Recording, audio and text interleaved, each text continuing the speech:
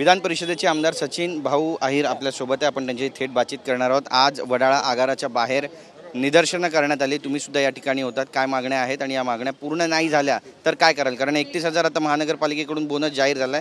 इशारा द्यायला आलोय, कारण प्रशासन महाव्यवस्थापकाशी आम्ही भेटलो। 15 तारखेचा पगार 10 लाख करा, त्यांनी आमची विनंतीला मान घेऊन 10 तारखेला केला। बोनस दिवाळी अगोदर द्यायला पाहिजे। कालचा रविवार गेला ना आमचा। आता काल रविवारी जर सुट्टीमध्ये लोकांनी खरेदी केली असती, सर्व काय झालं असतं। आज मग परत ऐन दिवाळीला केलं तर ती जी वस्तू महाग होतात हे न देता निवळ राजकारण करायचं आहे का, निवळ कोणाच्या तरी तोंडातून जाहीर करायचं का, यासाठी थांबवलं आहे का किंवा अडवलं आहे का, हे आम्ही होऊ देणार नाही। प्रशासनाची जबाबदारी आहे की हे तातडीने पैसे आमच्या अकाउंटमध्ये यायला पाहिजे। ते होत नाही, त्याच्यासाठीच आम्ही इकडे आज आलेलो आहोत। ग्रॅज्युटीचे विषय, बाकीचे विषय, जे पैसे राहिलेले त्याच्यातले फक्त तुटपुंजी लोकांना ग्रॅज्युटी देण्याचा यांचा प्रयत्न आहे। 800 कोटीपेक्षा जास्त कोर्टाने सांगितल्यानंतर पण ग्रॅज्युटीची रक्कम ही अद्यापी महानगरपालिकांनी बेस्टनी लोकांना दिलेली नाही आहे। तर या सर्व प्रश्नाला जाब विचारण्यासाठी आज आम्ही सर्वजण इकडे एकत्रित झालेलो आहोत। राजकीय प्रश्न आहे। शिवसेनेचे बुलढाण्याचे आमदार संजय गायकवाड त्यांनी निवडणूक आयोगावरती प्रश्नचिन्ह उपस्थित केलं आहे। 1 लाख मतदार बोगस आहे असं म्हणतायत, ते काय म्हणाल? चला, एक गोष्ट तर नक्की झाली की जे आम्हाला कन्फ्यूज महायुती बोलत होते त्यांचं कन्फ्युजन तर दूर झालं।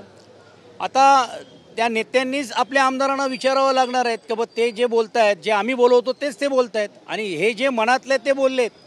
मला असं आता वाटते की पुढच्या वेळी शिष्टमंडळामध्ये त्यांनाही आम्हाला घेऊन जावं लागेल आणि ते येतील पण कदाचित। त्याला कारण असं आहे की प्रत्येक आमदारांच्या मतदारसंघामध्ये झालेल्या आहेत, काहींना फायदा झाला आहे, काहींना नुकसान झालेलं आहे आणि म्हणून ही वस्तुस्थिती आज सत्ताधारी आमदारांनीच शिक्कामोर्तब केल्यामुळे हे स्पष्ट झालेले आहेत की वोट चोरी होते। काल राज ठाकरे सुद्धा व्यासपीठावर होते आणि मनसेला सोबत घेण्याबाबत हर्षवर्धन सकपाळ जे आहेत त्यांनी एक नाराजी व्यक्त केली होती। याला धरून संजय राऊत यांनी एक पत्र लिहिलं होतं काँग्रेस हायकमांडला।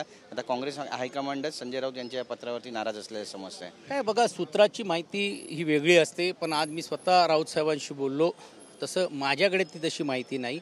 एक गोष्ट जी असतात, तुम्ही बघितलं असेल की एक सक्षम विरोधी पक्ष ज्यावेळी एक पुढाकार घेत असतो, मग त्यात शिवसेना म्हणून आम्ही असो, काँग्रेस म्हणून बाकीचे असतील, तर इतर घटक जे विरोधी पक्ष त्यांना बरोबरच घ्यावं लागेल।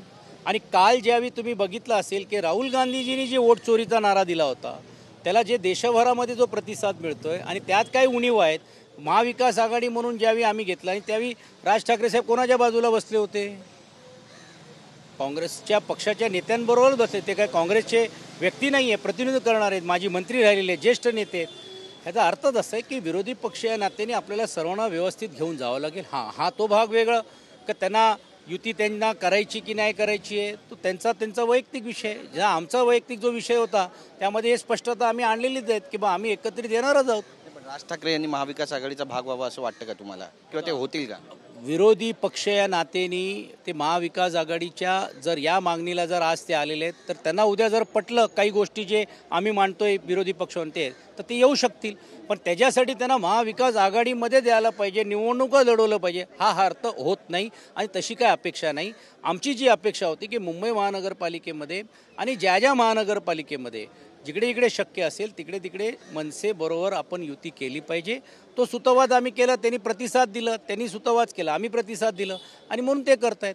महाविकास आघाडीच्या मध्ये ह्याच्यावरती कुठची चर्चा झालेली नाही आहे।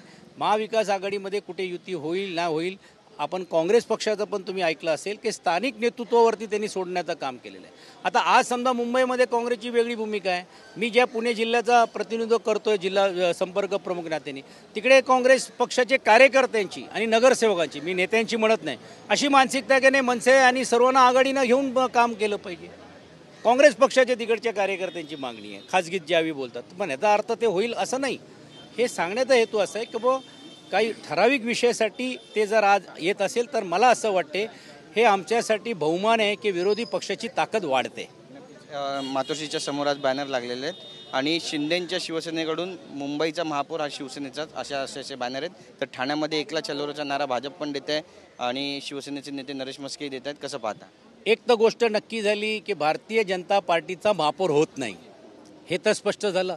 आता त्यांनी बॅनर लावले शिवसेनेत, तर कुठची शिवसेना ती मुंबईकर ठरवतील आणि या अगोदर पण मुंबईने कौल दिलेलं आहे की सन्मान्य उद्धव बाळासाहेब ठाकरेच्या नेतृत्वाखाली असलेली शिवसेना हीच ओरिजिनल शिवसेना, ही मुंबईकरांनी वेळोवेळी दाखवली आणि पुढच्या काळामध्ये पण ते दाखवल्याशिवाय राहणार नाही।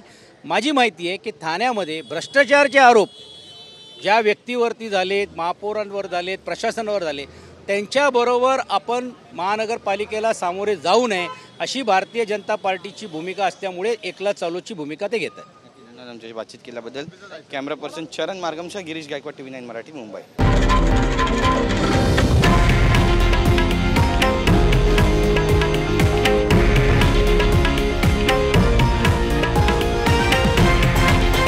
हे आहे देशातील नंबर 1 न्यूज नेटवर्क आणि आपण पाहत आहात TV9 मराठी, एकमेव.